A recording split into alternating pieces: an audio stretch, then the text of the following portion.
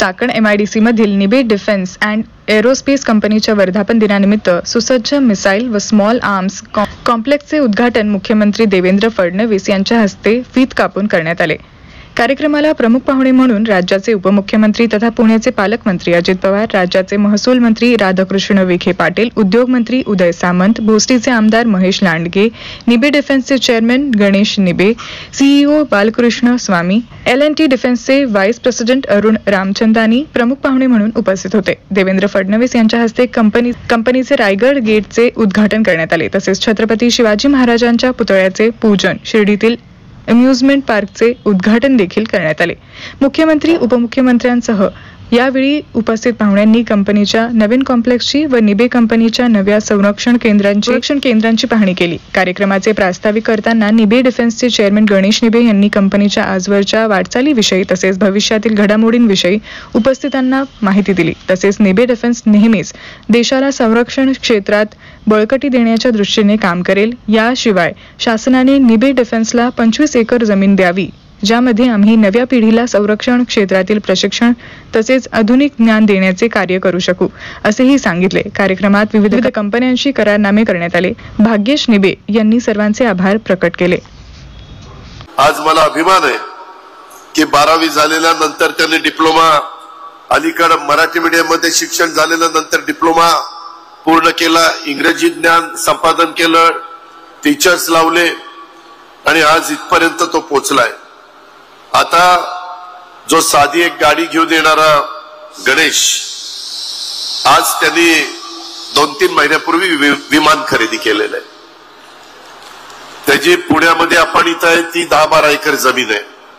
शिर्डीला 200 एकर जमिनीमध्ये आज भूमिपूजन झालेलं आहे। आमचं पारनेरचं सुपात तिथं 1000 एकर जमीन घेतलेली आहे। उदयच्या रत्नागिरीमध्ये मला वाटतं 400 एकर जमीन घेतलेली आहे।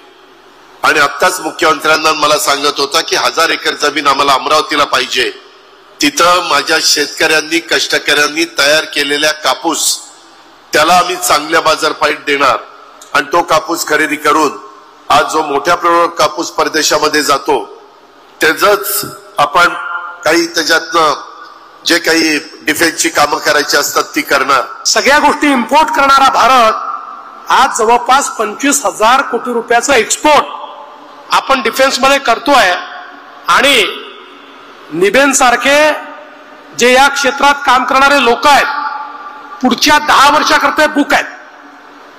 पुढच्या 10 वर्षाच्या ऑर्डर्स यांना ऑलरेडी मिळालेले आहेत। इतकं मोठं काम आज या ठिकाणी डिफेन्सच्या क्षेत्रामध्ये हे तयार झालं आणि ही संधी ओळखून मी गणेशराव तुम्हाला याकरता तुमचं अभिनंदन करेन की संधी अनेक येतात पण हिमतीने पाऊल पुढे टाकावं लागतं। तुम्ही एकदा मला हे सांगितलं होतं की अडचणीच्या काळात दत्तप्रभूंकडे गेलो, दत्तात्रयांचा आशीर्वाद घेतला आणि त्यानंतर मागे वळून बघितलं नाही। मला असं वाटतं की निश्चितपणे तो आशीर्वाद तुमच्या पाठीशी आहे, त्यामुळे तुम्ही हिमतीने पाऊल टाकलं आणि ते यशस्वी करून दाखवलं। आणि आता जी हिंमत ते पुढची करणार आहेत, माझ्याकडे इस्रायलचे अँबॅसेडर आले होते, त्यांच्याशी माझी चर्चा झाली। त्यावेळेस त्यांनी गणेश निबेचं नाव घेतलं आणि शिर्डीमध्ये आम्ही गणेश सोबत काम करणार, आमची त्यांची चर्चा झाली। ज्यावेळेस आम्ही सबमरीन करता गेलो त्यावेळी जे आपले तिन्ही सेनांचे चीफ आहेत, CDS जे आहेत, CDS यांच्याशी चर्चा झाली। मी त्यांना सांगितलं निबे आमच्याकडे करतात, त्यांनी सांगितलं निबे फार चांगलं काम करतात। असं देशाच्या CDS ने देखील त्या ठिकाणी सांगितलं।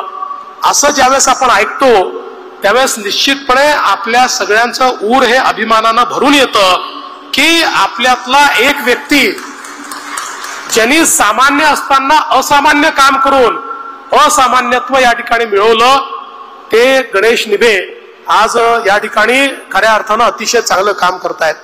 कुठल्याही मराठी उद्योजकाला व्यवसाय करता येत नाही ही भूमिका सगळ्यात पहिली चुकीची आहे।